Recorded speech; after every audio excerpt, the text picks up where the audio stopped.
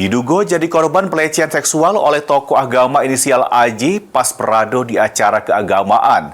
Siko emek rumah tangga inisial YT, warga Jalan Suak Permai, Kecamatan Sukarame, Palembang, bikin laporan polisi.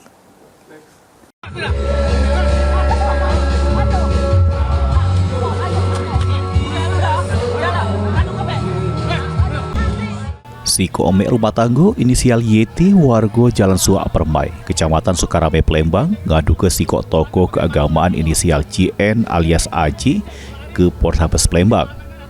AJ dilapor ke dugaan tindak asusila atau pelecehan seksual di depan umum pas acara keagamaan di salah siko kelenteng di kawasan Sukabangun 2 Palembang pada Kamis dalu 5 Juni 2025. Hal tersebut diungkapkan oleh salah siko kuasa hukum korban bernama Suryadi. Ditambah ke Suryadi bermula pas kliennya datang ke acara keagamaan langsung disambut dengan bulian sama omongan yang tak pantas dari terlapor. Suryadi juga menyayangkan perlakuan yang dilakukan oleh terlapor selaku tokoh agama terhadap kliennya. Pelecehan seksual fisik, di mana klien saya ini mengalami perlakuan yang tidak senonoh di muka umum.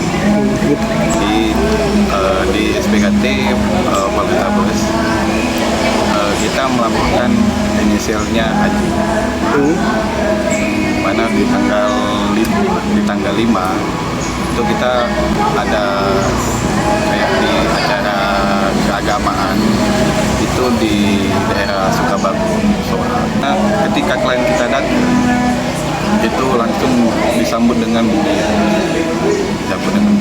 dengan perkataan-perkataan yang tidak memang harus diucapkan terhadap terlapor. Di tempat yang sama, YT selaku korban mengaku trauma dipermalukan di tempat umum, apalagi di acara keagamaan. Sehingga sampai saat ini dirinya tak pernah lagi metu di tempat umum, bahkan untuk sembahyang dirinya cuma di rumah bae. Kalau saya rasakan trauma pasti ada.